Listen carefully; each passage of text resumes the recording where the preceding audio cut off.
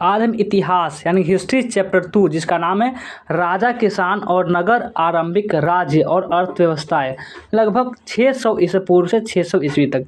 तो इस चैप्टर का आपको जितना भी ऑब्जेक्टिव प्रश्न ए टू जेड जितना बन सकता है ना, उतना आपको ऑब्जेक्टिव प्रश्न सारा का सारा इस वीडियो में आपका समाप्त हो जाने वाला है। तो चलिए पढ़ना स्टार्ट करते हैं। सबसे पहला प्रश्न है कि 6ठी शताब्दी ईस्वी पूर्व में राजतंत्र थे। इससे पहले आप लोग शेयर नहीं किए, जल्दी से शेयर करेंगे, जल्दी से शेयर कर लीजिए। सब्सक्राइब भी नहीं किए हो, सब्सक्राइब भी जल्दी से कर लेंगे आप लोग। फटाफट से लाइक और सब्सक्राइब कर लेना है, अभी के अभी कर लीजिए। और चलिए देखना स्टार्ट करते हैं। 6ठी शताब्दी ईस्वी पूर्व में राजतंत्र थे। अंग मध्य वत्स वज्जी या कौशल वेदी काजी रज्जी या अंग मगध कुरुमतल या अंग मगध काशी कौशल। तो क्या था इनमें से? तो ऑप्शन नंबर ए हो जाएगा अंग मगध वत्स वजी। ऑप्शन नंबर ए हो गया इसका करेक्ट आंसर। आइए अगला प्रश्न देखिए। 2 नंबर प्रश्न की क्या करा है? 2 नंबर प्रश्न। 2 नंबर प्रश्न 6ठी शताब्दी ईस्वी पूर्व में ऐसा कौन सा महाजनपद था जहां पहले राजतंत्र था किंतु बाद में गणतंत्र स्थापित हो गया था? तो कौन था? पंजाब था, चांदी था, वज्जी था या वत्स था? तो इनमें से चेदी था। बी वाला ऑप्शन होगा इसका करेक्ट आंसर, चेदी। चलिए अगला प्रश्न पर आइए। अगला प्रश्न 3 नंबर है और इसमें 3 नंबर प्रश्न कहा जाएगा 6ठी शताब्दी ईस्वी पूर्व, 6ठी शताब्दी ईस्वी पूर्व में पूर्व के मध्य में पुष्कर सारी नामक राज्य किस महाजनपद में राज कर रहा था? अहमक में, अति में, कंधार में या सरसेन में? तो कहाँ पे राज कर रहा था? तो ये कर रहा था अति में, अति में। अब चलिए अगला प्रश्न।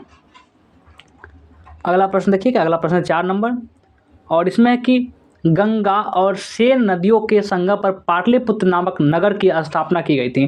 गंगा और सोन नदियों के संगम पर पाटलिपुत्र नामक नगर की स्थापना की गई थी बिम्बिसार द्वारा, अजातशत्रु द्वारा, उदयभद्र द्वारा या मुंडक द्वारा? किसके द्वारा की गई थी? तो ये की गई थी बिम्बिसार द्वारा। ऑप्शन नंबर ए हो गया इसका करेक्ट आंसर। चलिए अगला प्रश्न देखिए। अब अगला प्रश्न क्या है? 5 नंबर प्रश्न। कंधार महाजनपद की राजधानी थी। कंधार महाजनपद की राजधानी कहाँ थी? तो गंधार महाजनपद की राजधानी पटना में थी या महिष्मती में थी या हाटक में थी या तक्षशिला में थी? तो गंधार महाजनपद की जो राजधानी थी वो आपका हाटक में थी। ऑप्शन नंबर सी हो जाएगा इसका करेक्ट आंसर। आइए अगला प्रश्न देखिए। 6 नंबर प्रश्न की सिंधु सभ्यता के निवासी किस देवता के उपासक थे? सिंधु सभ्यता के जो निवासी थे वह किस देवता के उपासक थे? इंद्र के, शिव के, विष्णु के या अग्नि के? किस देवता के उपासक थे? तो वे थे आपका शिव के उपासक थे, शिव के उपासक। चलिए अगला प्रश्न पाते हैं। आप देखिए कि अगला प्रश्न में क्या कह रहा है। अगला प्रश्न है 7 नंबर और इसमें कि ऋग्वेद की रचना कब हुई थी? ऋग्वेद की रचना कब हुई थी? 800 से 600 ईस्वी पूर्व या 600 से 200 ईसा पूर्व या फिर 1000 से 800 ईसा पूर्व या 1500 से 1000 ईसा पूर्व? तो कब हुई थी? तो हुई थी 1000 से 800 ईसा पूर्व। चलिए अगला प्रश्न देखिए। 8 नंबर प्रश्न है। 8वां नंबर प्रश्न में क्या कह रहा है कि ऋग्वेद में कुल कितने सूक्त हैं? ऋग्वेद में कुल कितने सूक्त हैं? 1028 सूक्त है, 1050 सूक्त है, 1000 सूक्त है या फिर 870 सूक्त है? कितने सूक्त हैं? तो वो कितने सूक्त है तो बात करें तो 1028 सूक्त है। ये नंबर हो जाएगा इसका करेक्ट आंसर। चलिए अगला प्रश्न पर देखिए। अगला प्रश्न क्या कर रहा है? ये आपका 9 नंबर प्रश्न की वेदांग की संख्या क्या है? वेदांग की जो संख्या है वो क्या है? वेदांग की संख्या 5 है या फिर 4 है या फिर 6 है या फिर 7 है? तो वेदांग की संख्या क्या है? तो वेदांग की संख्या है 6, यानी कि 6 है आपका वेदांग की संख्या। आइए अगला प्रश्न पर। 10 नंबर प्रश्न देखिए। संलेखन संबंधित है, संलेखन जो है वह किससे संबंधित है? वैदिक धर्म से संबंधित होगा या फिर बौद्ध धर्म से या फिर जैन धर्म से या फिर शाक्ति धर्म से? तो संलेखन जो है वह किससे संबंधित है? जो आपका ये संलेखन है वो किससे संबंधित है?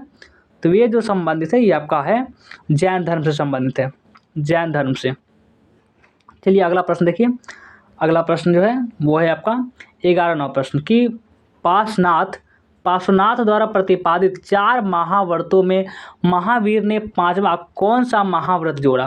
ब्रह्मचर्य, अहिंसा, सत्य या असत्य? क्या जोड़ा? तो उसने जोड़ा था ब्रह्मचर्य को। ऑप्शन नंबर ए होगा इसका करेक्ट आंसर। अब आइए अगला प्रश्न 12 नंबर। 12 नंबर प्रश्न क्या करा चलिए देखते हैं। द्वितीय बौद्ध संगीति के अध्यक्षता निम्नलिखित में से किसने की? महाकश्यप ने, सर्वकामनी ने, मोगलीपुत्र तीर्थ ने या वसुमती ने? किसने की थी? तो ये की थी सर्वकामनी ने। ऑप्शन नंबर बी हो गया इसका करेक्ट आंसर। अब आइए अगला प्रश्न देखिए। अगला प्रश्न है 13 नंबर। बौद्ध संघ में प्रविष्ट होने की प्रक्रिया कहलाती है। बौद्ध संघ में प्रविष्ट होने की प्रक्रिया कहलाती है उपसंपदा, धम्म चक्र परिवर्तन, सूत या उपासक? क्या कहलाती है? तो कहलाती है उपसंपदा। ऑप्शन नंबर ए होगा इसका करेक्ट आंसर। अगला प्रश्न 14 नंबर देखिए। मौर्यकालीन कलिंग राज्य स्थित था। मौर्यकालीन जो कलिंग राज्य था वो कहाँ स्थित था? वर्तमान उत्तरी उड़ीसा में, वर्तमान पूर्वी उड़ीसा में, वर्तमान पश्चिमी उड़ीसा में या वर्तमान दक्षिण उड़ीसा में? मौर्यकालीन कलिंग राज्य था वो कहाँ स्थित था? तो मौर्यकालीन कलिंग राज्य था ये वर्तमान दक्षिण उड़ीसा में स्थित था। Option number D. चलिए आगे बढ़िए। अगला प्रश्न देखिए कि अगला प्रश्न क्या कर रहा है। अगला प्रश्न है आपका ये 15 नंबर और इसमें कि मौर्य समाज मुख्य रूप से विभक्त था। मौर्य समाज मुख्य रूप से विभक्त था 4 प्रांतों में, 2 प्रांतों में, 5 प्रांतों में, 8 प्रांतों में। तो मौर्य समाज मुख्य रूप से विभक्त था। कैसे विभक्त था? तो ये 5 प्रांतों में विभक्त था। Option number C. आइए अगला प्रश्न देखिए 16 नंबर प्रश्न। 16 नंबर प्रश्न कि मौर्य काल में जनपद से प्राप्त होने वाली आय को क्या कहा जाता था? मौर्य काल में जनपद से प्राप्त होने वाले आय को दुर्ग कहा जाता था, राष्ट्र कहा जाता था, राष्ट्रीय कहा जाता था, उपयोग में से कोई नहीं। क्या कहा जाता था? तो ये आपका राष्ट्र कहा जाता था, राष्ट्र। चलिए अगला प्रश्न देखते हैं कि अगला प्रश्न में क्या कहा है। चलिए उसको देखते हैं। अगला प्रश्न है 17 नंबर और इसमें कि मगध साम्राज्य की राजधानी थी। मगध साम्राज्य की राजधानी क्या थी? चंपा थी, कौशाम्बी थी, पाटलिपुत्र थी या उज्जैन थी? मगध साम्राज्य की जो राजधानी थी वो थी कौशाम्बी। Option number B. चलिए अगला प्रश्न देखिए। 18वां प्रश्न है कि 16 महाजनपदों में का उदय हुआ। 16 महाजनपदों का उदय हुआ मौर्य युग में, बुद्ध युग में, गुप्त युग में या ऋग्वैदिक युग में? 16 महाजनपदों का उदय हुआ कैसे? तो यह बुद्ध युग में। ऑप्शन नंबर बी हो जाएगा इसका करेक्ट आंसर। अब आइए अगला प्रश्न देखिए। अगला प्रश्न क्या कर रहा है इसमें 19वां प्रश्न है। 19वां प्रश्न है निम्न में से कौन सा महाजनपद दक्कन में स्थित था? निम्न में से कौन सा महाजनपद था जो कि दक्कन में स्थित था? कौशल था, अवंती था, अस्माल था या मत्स्य था? कौन था जो महाजनपद जो दक्कन में स्थित था? तो वे कौन सा महाजनपद था? तो ये अस्माल महाजनपद था। Option number C. अब आइए अगला प्रश्न देखिए 20 नंबर प्रश्न। 20वां प्रश्न सर्वप्रथम सिक्कों का चलन आरंभ होता प्रतीत होता है। सर्वप्रथम सिक्कों का जो चलन है वो आरंभ होता प्रतीत होता है पहली शती पूर्व के लगभग से 5वीं शती ईसा पूर्व के लगभग से 10वीं शती ईसा पूर्व के लगभग से या 5वीं शती ईसा पूर्व के लगभग से। सर्वप्रथम सिक्कों का जो चलन आरंभ होता प्रतीत होता है कैसे प्रतीत होता है? तो ये होता है 5वीं शती ईसा पूर्व के लगभग से। Option number B. चलिए अगला प्रश्न देखिए। अगला प्रश्न में है आपका 21वां प्रश्न। 21वां प्रश्न में क्या करा है कि गोत्र संस्था का प्रादुर्भाव कब हुआ? गोत्र संस्था का प्रादुर्भाव कब हुआ? ऋग्वैदिक काल में, बौद्ध काल में, उत्तर वैदिक काल में या मौर्य काल में? गोत्र संस्था का प्रादुर्भाव कब हुआ था? तो ये हुआ था आपका उत्तर वैदिक काल में। ऑप्शन नंबर सी हो गया इसका करेक्ट आंसर। अगला प्रश्न देखिए 22वां प्रश्न। 22वां प्रश्न की 6वीं शताब्दी क्या है इसमें देखते हैं।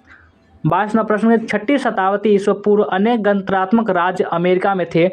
इस प्रकार के राज्यों में एक शासक राज्य था। इस राज्य में किस महान व्यक्ति का जन्म हुआ था? महात्मा बुद्ध का, महावीर स्वामी का, उपयुक्त दोनों का या कि कोई नहीं? तो हो जाएगा महात्मा बुद्ध का आविर्भाव हुआ था। महात्मा बुद्ध का यानी कि आविर्भाव मतलब होता है जन्म होना, उनका जन्म हुआ था। अब आइए अगला प्रश्न है 23 नंबर।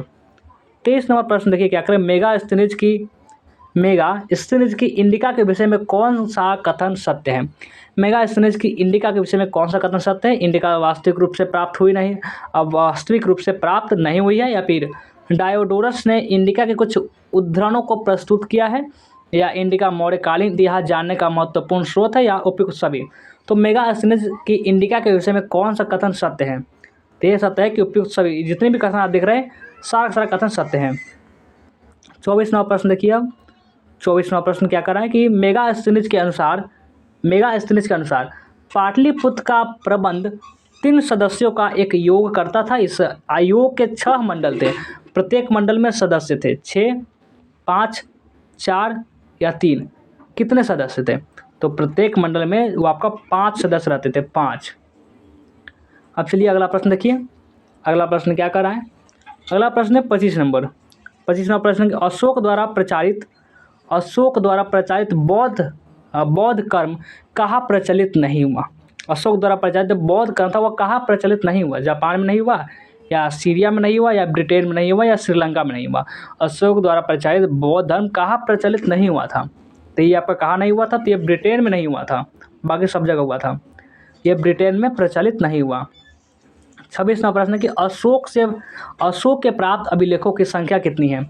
अशोक के प्राप्त अभिलेखों की संख्या कितनी है? 77, 75, 66 या 44? कितनी है? तो ये आपका ऑप्शन नंबर डी 44 है, ऑप्शन नंबर डी। चलिए अगला प्रश्न देखिए।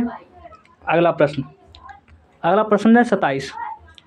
उत्तरी पश्चिमी भारत से प्राप्त अशोक के अभिलेखों में लिपि का प्रयोग किया गया है। उत्तरी पश्चिमी भारत से प्राप्त अशोक के अभिलेखों में कौन सी लिपि का प्रयोग किया गया है? खरोष्ठी लिपि का, आर्मेय लिपि का, ब्राह्मी लिपि का, या उपयुक्त में से कोई नहीं? कौन सी लिपि का प्रयोग किया गया है आखिर? तो इसमें से प्रयोग किया गया है खरोष्ठी लिपि का, ऑप्शन नंबर ए हो जाएगा इसका करेक्ट आंसर। अब आइए अगला प्रश्न है 28 नंबर। 28वां प्रश्न, अशोक की कलिंग विजय का उल्लेख मिलता है। अशोक की कलिंग विजय का उल्लेख मिलता है 10वें अभिलेख से, 11वें अभिलेख से, 12वें अभिलेख से, या फिर 13वें अभिलेख से? अशोक की कलिंग विजय का उल्लेख किससे मिलता है? तो अशोक के अगर कलिंग युद्ध का में विजय की बात करें तो 13वें अभिलेख से मिलता है। आइए अब अगला प्रश्न पर आते हैं। 29 नंबर प्रश्न कि मौर्य काल में सेना का प्रबंध करने वाला अधिकारी कहलाता था। मौर्य काल में जो व्यक्ति सेना का प्रबंध करता था उसे हम क्या कहते थे? प्रतिष्ठा, संस्था, राजुक या बलाध्यक्ष? क्या कहते थे उसे हम? तो उसे हम बला अध्यक्ष कहते थे। नाम से पता है, जो बहुत बलवान होता है उसे हम बोलते थे। 30वां प्रश्न की प्रसिद्ध गायत्री मंत्र निम्न में से किस देवता को समर्पित है? जो गायत्री मंत्र आप जानते हैं, आप भी कभी पढ़े होंगे, जानते होंगे। तो प्रसिद्ध गायत्री मंत्र निम्न में से किस देवता को समर्पित है? सूर्य को है, इंद्र को है, सावित्री को है, या फिर वरुण को है? किस देवता को ये समर्पित है? तो ये जो देवता के है तो ये आपका ये Savitri, option number C, Savitri देवता को ये समर्पित है। आइए अगला प्रश्न देखिए। 31वां प्रश्न क्या है किसमें? 31वां प्रश्न कि उत्तर वैदिक काल में आर्यों के क्रियाकलाप का केंद्र कहाँ थी? उत्तर वैदिक काल में आर्यों के जो क्रियाकलाप का जो केंद्र था वो कहाँ थी? पंजाब और दिल्ली, या उत्तरापथ, या सिंधु और उसके प्रधान सहायक नदियों की भूमि, यमुना से बंगाल के पश्चिमी तक, या गंगा के ऊपरी घाटी के क्षेत्र, या फिर क्या थे आखिर? तो ऑप्शन नंबर सी, सिंधु और उसके प्रधान सहायक नदियों की भूमि यमुना। ये ऑप्शन नंबर सी होगा इसका करेक्ट आंसर। अब आइए अगला प्रश्न की 32वां प्रश्न की महात्मा बुद्ध के घर त्यागने के बाद उसका प्रथम गुरु कौन था? महात्मा बुद्ध के घर त्याग देने के बाद उसका प्रथम गुरु कौन था? आनंद, अश्वघोष, या अलार और उत्तरागमदीप्त, या फिर इनमें से कोई नहीं? प्रथम गुरु कौन था? तो वे थे अलार और उद्र करामपुत। चलिए अगला प्रश्न देखिए। अगला प्रश्न 33 नंबर, और इसमें है कि तृतीय बौद्ध सभा का आयोजन कहाँ हुआ था? तृतीय बौद्ध सभा का आयोजन कहाँ हुआ था? राजगीर में हुआ था, पाटलिपुत्र में हुआ था, वैशाली में हुआ था, या कुंडलवन में हुआ था? तृतीय बौद्ध सभा का आयोजन कहाँ हुआ था? तो ये कुंडलवन में हुआ था, ऑप्शन नंबर डी हो गया इसका करेक्ट आंसर। 34वां प्रश्न देखिए। आजीवन संप्रदाय का संस्थापक कौन था? आजीवन संप्रदाय का संस्थापक कौन था? आनंद था, मकली गोसाल था, राहुल भद्र था, या महाकश्यप था? तो आजीविक संप्रदाय का संस्थापक कौन था? तो यह था मकली गोसाल, ऑप्शन नंबर बी। चलिए अगला प्रश्न पर देखते हैं। अगला प्रश्न क्या है? अगला प्रश्न है आपका 35 नंबर। ये आपका बौद्ध धर्म में थेरवाद का संस्थापक कौन था?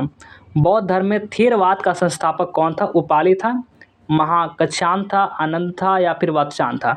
बौद्ध धर्म में थेरवाद का संस्थापक कौन था? तो ये था आपका ऑप्शन नंबर बी, महाकच्छान, ऑप्शन नंबर बी हो गया इसका करेक्ट आंसर। चलिए अगला प्रश्न देखिए 36 नंबर प्रश्न की बौद्ध धर्म का महासंधिका संघ के संस्थापक कौन थे? बौद्ध धर्म का जो महासंधिका संघ के संस्थापक कौन थे? उपाली, आनंद, गोशाला या महाकश्यप? कौन थे आखिर? तो उनका जो नाम था वो था महाकश्यप। Option number D. चलिए अगला प्रश्न देखिए। अब अगला प्रश्न ये आपका 37वां प्रश्न कि महात्मा बुद्ध की जीवन की कौन सी घटना महाविनिष्क्रमण के रूप में जाना जाता है? महात्मा बुद्ध के जीवन की कौन सी घटना जो महाविनिष्क्रमण के रूप में जाना जाता है? उनका जन्म या उनकी मृत्यु या उनका गृह त्याग या इनमें से कोई नहीं? कौन सा जाना जाता है? तो ये जाना जाता है उनका गृह त्याग, उनका घर से त्याग, ये जाना जाता है। आइए अब अगला प्रश्न है 38 नंबर। निम्नलिखित में कौन जैन धर्म का व्रतन नहीं है? निम्नलिखित में से कौन है जो उनका जैन धर्म का व्रतन नहीं है? सही विश्वास, सही ज्ञान, सही आचरण, सही विचार, क्या नहीं है? तो उनमें से ऑप्शन नंबर डी हो जाए सही विचार। Option number D. अब आइए अगला प्रश्न पर देखिए। अगला प्रश्न 20 नंबर नहीं 39वां प्रश्न की जैनियों के 24वें तीर्थकर कौन थे? जैनियों के जो 24वें तीर्थकर थे वे कौन थे? ऋषिभदेव थे, पार्श्वनाथ थे या फिर भद्रबाहु थे या फिर महावीर थे? जैनियों के 24वें तीर्थकर कौन थे? तो जैनियों के 24वें तीर्थकर थे, उनका नाम था महावीर। Option number D. चलिए अगला प्रश्न देखिए 40 नंबर। लिंगायत विभाग की स्थापना किसने की थी? लिंगायत विभाग की स्थापना किसने की थी? गोपाल ने, प्रसव ने, भद्रबाहु ने या ऋषिभदेव ने? तो लिंगायत विभाग की स्थापना करने वाले थे, उनका नाम था वसव। Option number B. चलिए अगला प्रश्न देखिए। अगला प्रश्न आपका कितना 41वां प्रश्न है कि 3री शताब्दी के आसपास प्रथम जैन सभा का आयोजन कहाँ हुआ था? 3री शताब्दी के आसपास में जो प्रथम जैन सभा का आयोजन था वो कहाँ हुआ था? वैशाली में हुआ था, राजगिरी में हुआ था या वल्लभी में हुआ था या पाटलिपुत्र में हुआ था? कहाँ हुआ था? तो हुआ था आपका पाटलिपुत्र में। Option number D. आइए अगला प्रश्न है 42 नंबर। 42वां प्रश्न है जैन धर्म और बौद्ध धर्म में क्या समानताएं थी? जैन धर्म और बौद्ध धर्म तो इसमें क्या समानताएं थी? दोनों ही अनिश्चयवादी थे या दोनों वैदिक कर्मकांड के विरोधी है या जाति प्रथा का या दोनों धर्म में स्थान नहीं है? उपयुक्त सभी सही है। तो बात करें तो उपयुक्त है वह सभी कथन सही है। आइए अगला प्रश्न देखिए। अगला प्रश्न है 43 नंबर और इसमें कि सांची स्तूप की खोज किसने की? सांची स्तूप जो खोज थी वो किसने की थी? तो सांची स्तूप की खोज की थी जनरल टेलर ने, अलेक्जेंडर कनिघम ने, S.C. मैसी ने या मेजर कॉल ने? सांची स्तूप की खोज किसने की थी? सांची स्तूप की खोज जिसने की थी उनका नाम था general Taylor. Option number A. अब आइए अगला प्रश्न देखिए। 44 नंबर प्रश्न है शैव धर्म के अनुयायी कहलाते थे।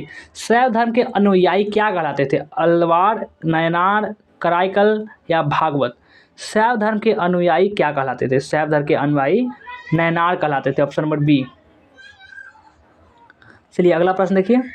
अगला प्रश्न में क्या है देखते हैं उसको। 45वां प्रश्न है।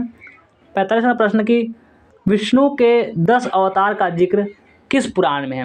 विष्णु के 10 अवतार का जिक्र किस पुराण में? मत्स्य पुराण में, वायु पुराण में, गरुड़ पुराण में या विष्णु पुराण में?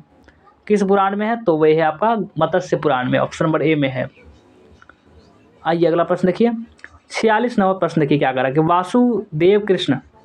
वासुदेव कृष्ण जिन्हें भागवत संप्रदाय का प्रणेता माना जाता है जन्म किस कुल में हुआ था? विष्णु, यदु, कोले या इनमें से कोई नहीं? किस कुल में हुआ था? तो वह हुआ था आपका ऋषि कुल में। ऑप्शन नंबर ए। आइए अगला प्रश्न देखिए। अगला प्रश्न है आपका 47 नंबर और इसमें कहा जाएगा कि जैन धर्म के अनुसार संसार 6 द्रव्यों से मिलकर बना है। इनमें से कौन इनमें से नहीं है? जीव, पद्दल, काल, पाताल। क्या है? इनमें से नहीं है। तो ये पाताल जो है वो आपका इनमें से नहीं है। अगला प्रश्न क्या 48 नंबर। इसमें कि पीटक 3 है। निम्नलिखित में से किस पीटक में आध्यात्मिक एवं दार्शनिक सिद्धांतों का संग्रह है? सुतापिटक में, विनयपिटक में, अभिधामटिक में या इनमें से कोई नहीं? किसमें है? तो है आपका ऑप्शन नंबर सी, अधिकपिटक में। Option number C. चलिए अगला प्रश्न देखिए आप। अगला प्रश्न क्या है इसमें 39वां प्रश्न। 39वां प्रश्न की आरंभिक वैदिक अर्थव्यवस्था किस प्रकार की थी? आरंभिक वैदिक अर्थव्यवस्था किस प्रकार की थी? पशुचारी, कृषि पर आधारित, व्यापारिक या इनमें से कोई नहीं? किस प्रकार की थी? तो ये थी आपका ऑप्शन नंबर ए, ऑप्शन नंबर ए यानी कि पशुचारी। चलिए अगला प्रश्न है, अंतिम प्रश्न। अंतिम प्रश्न है उसको देखते हैं, 50वां प्रश्न है कि जन शब्द का ऋग्वेद में 275 बार प्रयोग किया गया है। जनपद उसी वेद में कितनी बार प्रयोग किया गया है? 200 बार, 300 बार, 10 बार या एक बार भी नहीं? तो कितनी बार किया गया है? तो वो एक बार भी नहीं किया गया है। तो कैसा है आज का क्लास, कमेंट करके जरूर बताएंगे। लाइक नहीं किए हो तो लाइक कर देंगे, शेयर कर देंगे। जो भी नए बच्चे होंगे इसमें सब्सक्राइब जरूर से कर लेंगे।